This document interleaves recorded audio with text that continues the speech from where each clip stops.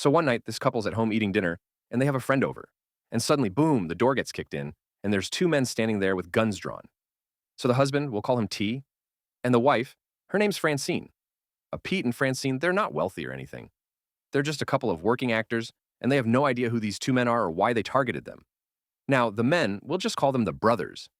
Now, the brothers run toward them with their pew-pews out, and they're screaming orders at them. Get up. Then the brothers grab them, Pete, Francine, and their friend, who we'll just call Friend. The brothers grab the three of them and they drag them all upstairs to the bedroom, and then they hold them at gunpoint, and one by one, they tie them up. Then one of the brothers goes back downstairs, and he starts sifting through Pete and Francine's stuff. Then he loots their house, and he loads all their valuables into Pete and Francine's car.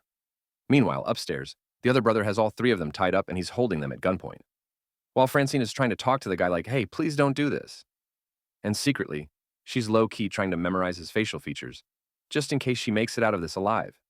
Then, the brother goes over to Francine and he holds her down, while he's still got a pew-pew to her head.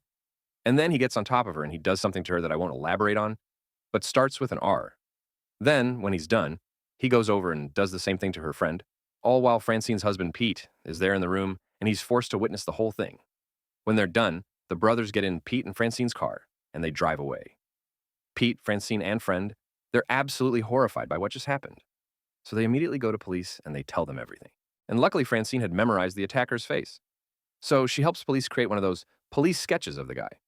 But unfortunately, that sketch is all they have to go on. Regardless, police go out and they look for the brothers. But after a few days, it's a dead end and they got nothing. But then, one night, an officer's out on patrol, and he sees a car that he finds suspicious. I'm not sure why, but he goes and pulls the car over just before it enters the freeway and get away.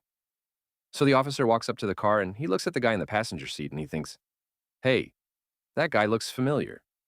In fact, he looks just like the police sketch that Francine had helped them with. An officer realizes that it's one of the brothers, and bam, he arrests him right there. So Pete and Francine, they get the call, and then they go down to the police station to confirm that they got the right guy. And when they get there, they see there are already a ton of witnesses there, ready to identify the brothers for other crimes they had committed. So the brothers get charged, they go to trial. That did the R word gets 2 life sentences. The other brother who looted their house, he gets less prison time, but still a lot of time. And poor Pete and Francine, they get years and years of therapy to help them recover from this horrible experience. But that is not actually the craziest part of Pete and Francine's story. Remember how I said they're working actors? Years later, Pete and Francine go on to create a television show, completely unrelated to the robbery. But they create a show, and she acts in it, and he produces it.